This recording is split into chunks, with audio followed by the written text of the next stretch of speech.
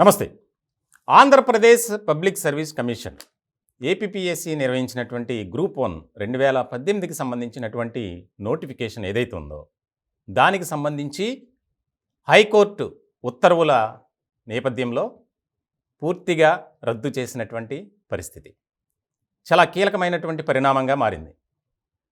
ఇప్పటికే ఏపీపీఎస్సీ అంటే వివాదాలకు కేంద్ర బిందువు.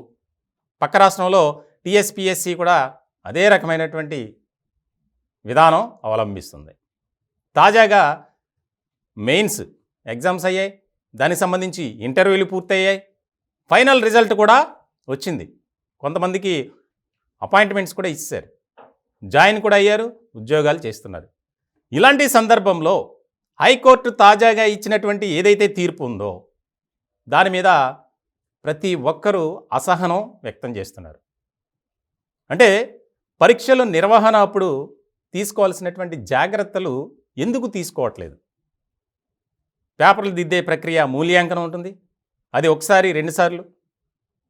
ఒకసారి అయితే ఆ రిజల్ట్ని హోల్డ్లో పెట్టింది, మళ్ళీ రెండోసారి మూల్యాంకనం చేసింది. దానికి సంబంధించి కొంతమంది హైకోర్టులో పిటిషన్ వేశారు. ఇటువంటి క్రమంలో తాజాగా ఇచ్చినటువంటి జడ్జిమెంట్ ఏదైతే ఉందో ఆ జడ్జిమెంట్ పట్ల సవాల్ చేస్తూ సుప్రీంకోర్టుకు వెళ్తాం, మేము న్యాయ పోరాటం చేస్తాం,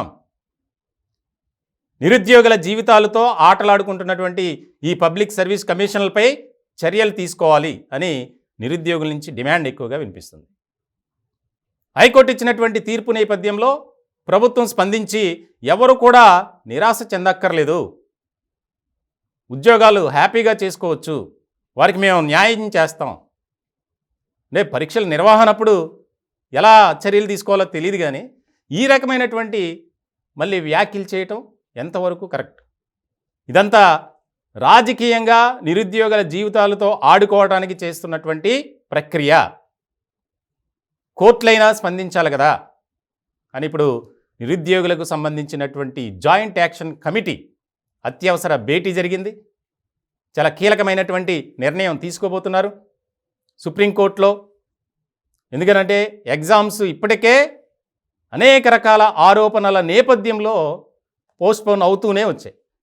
దాన్ని రాసి ఇంటర్వ్యూలో అటెండ్ అయ్యి ఉద్యోగాల్లో చేరి చక్కగా హ్యాపీగా ఉద్యోగం చేస్తున్న వారిని హైకోర్టు తీర్పుతో వారిని అక్కడ బ్రేక్ చేయాల్సినటువంటి పరిస్థితి. మొత్తానికైతే ఆంధ్రప్రదేశ్లో కూడా తెలంగాణలో ఏ విధంగా అయితే నిరుద్యోగుల పట్ల పోరాటాలు ఉద్యమాలు జరిగాయో ఏపీలో కూడా అదే జరగబోతుంది త్వరలో.